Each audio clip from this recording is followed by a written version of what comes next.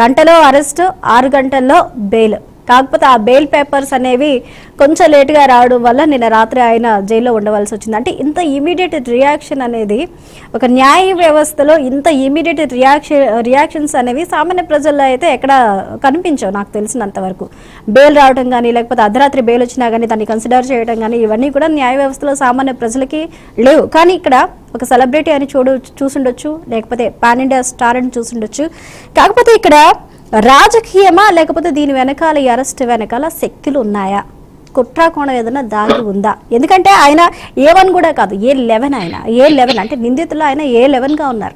A11గా ఉన్నప్పుడు ఆయన అరెస్ట్ చేసిన తీరైతే కొంతమంది తప్పుపడుతున్నారు. అదేవిధంగా ఇక్కడ జగన్ లాయర్, వైసీపీ అధినేత, మాజీ ముఖ్యమంత్రి జగన్మోహన్ రెడ్డి కేసులను వాదించిన లాయర్ ఇక్కడ ఈ కేసుని టేకప్ చేయడం కూడా చర్చనీయాంశం అవుతుంది. అల్లు అర్జున్ కేసుని టేకప్ చేయడం నిరంజన్ రెడ్డి గారు, ఈయన ఆచార్య సినిమాకి, చిరంజీవి సినిమాకి కూడా నిర్మాతగా ఉన్నారు. అలాగే వైసీపీలో ఎంపీగా కూడా ఉన్నారు. ఇక రాజ్యాంగ పరంగా అలాగే లీగల్గా కూడా ఆయన తీసుకుని ఈ కేసుని టేకప్ చేయడం కూడా దీని వెనకాల వైసీపీ ఇందులో లీగల్గా ఇన్వాల్వ్ అయ్యింది అనే టాక్ కూడా వినిపిస్తుంది. మరి దీని వెనకాల ఏముంది అంటారు? నిజంగా ఇది శక్తులు ఉన్నాయా? దీని వెనకాల అరెస్ట్ చేయడానికి కారణాలు ఉన్నాయా? మీరు చెప్పినట్లు మన ఇండియన్ జ్యుడిషియరీ అందరికీ పారదర్శకంగా పనిచేస్తుంది అంటారు. ఇది చెప్పడానికి పేపర్ మీద ఉంది కానీ ఆచరణలో మీరు ప్రీవియస్ గవర్నమెంట్ లో రఘురామ కృష్ణరాజు కేసు తీసుకోవచ్చు.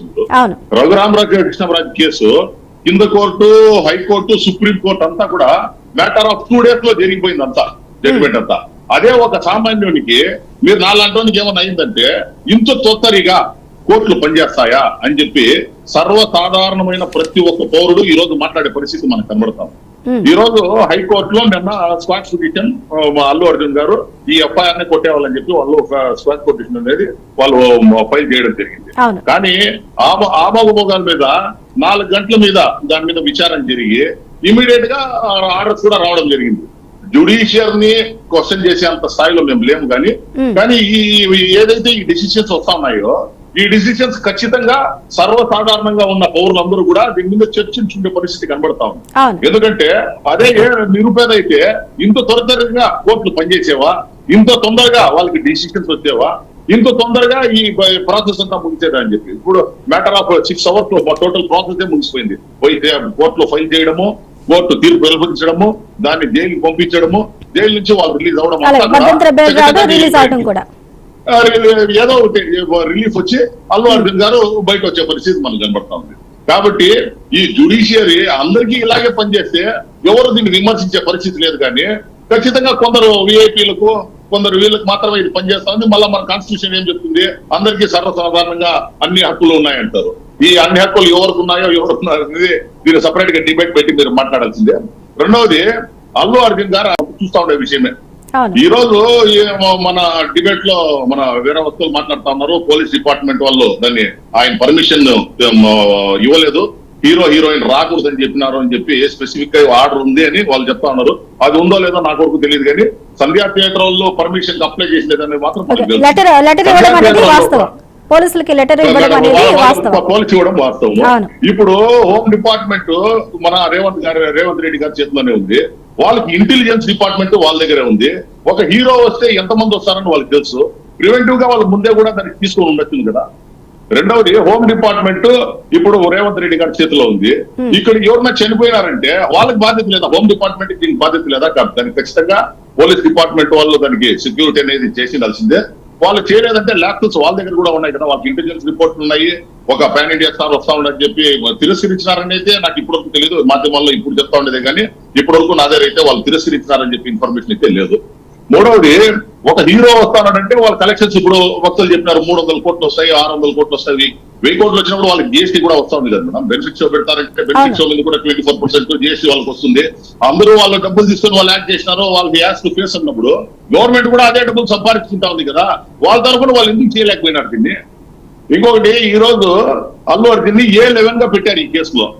A11 గా పెట్టిన ఒక ముద్దాయిని గ్రావిటీ ఆఫ్ కేసు A1 నుంచి A2, A3, A4 వచ్చినప్పుడు A11 ఉన్నప్పుడు ఎక్కడ గ్రావిటీనే ఉండదు. ఇంకొకటి ఇంటెన్షనల్ గా అల్లు అర్జున్ గారు ఎవరన్నా షాంపేన్ ని ఎంకరేజ్ చేయాలని కానీ ఎవరన్నా ఒక ప్రాణం తీసేవాళ్ళు కానీ ఆయన ఎక్కడ కూడా చేయలేదు. ఆయన్ని తీసుకొచ్చి శుక్రవారం సాయంత్రము ఆయన అరెస్ట్ చేసి రిమాండ్ చేయడం ఎంతవరకు సబబు? ఆయన 41 year నోటీస్ ఇచ్చి పంపించవచ్చు, లేకపోతే మండే ఒక రోజు కూడా తీసుకొని వచ్చి పెట్టుకొని ఆయన ఇన్వెస్టిగేషన్ చేసి అట్లా రిమాండ్ చేయాలంటే చేస్తూ ఉండొచ్చును.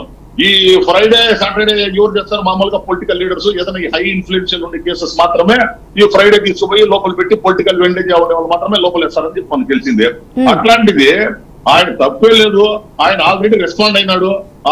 ఏదైతే డిసీజ్డ్ ఫ్యామిలీ ఉందో వాళ్ళకి ఆయన తరఫున 25 lakh rupees ఎక్స్గ్రేట్ ఇస్తానని కూడా ప్రకటించినాడు.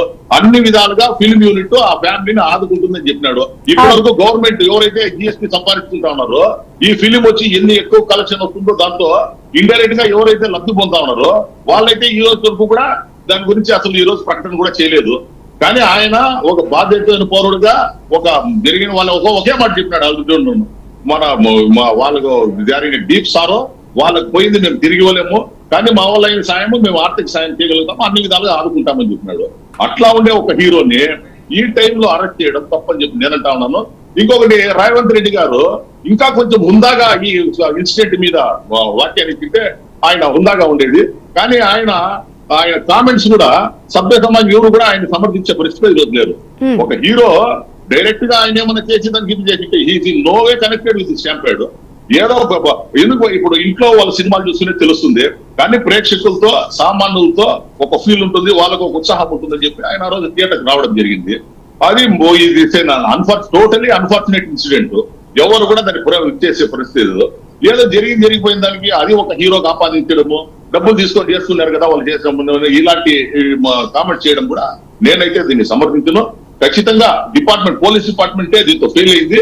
వాళ్ళు ఫెయిల్ అయిన దాన్ని తప్పిపుచ్చుకోవడానికి ఈ రోజు ఈ అరెస్ట్ డ్రామా తెరలేస్తారని చెప్పి నేను భావిస్తా ఉన్నాను. ఇప్పుడు హైకోర్టు వారు ఇదంతా పరిగణలో తీసుకుని ఇమీడియట్ గా ఆయనకి బెయిల్ మంజూరు చేశారని చెప్పి తెలుస్తా ఉంది. ఖచ్చితంగా ఇంకా కోర్ట్ ఆఫ్ యాక్షన్ లో చూస్తే ఈ ఎఫ్ఐఆర్ లో కూడా అల్లు అర్జున్ తీసేసే పరిస్థితి కనబడుతుందని చెప్పి ఇవి జరుగుతున్న పరిణామాలు చూస్తే తెలుస్తా ఉంది. ఓకే నాగరాజ్ గారు ఒక నిమిషం హోల్డ్లో ఉండండి. బాలగురుస్వామి గారు ఇప్పటికే ఎవరైతే రేవతి అనే మహిళ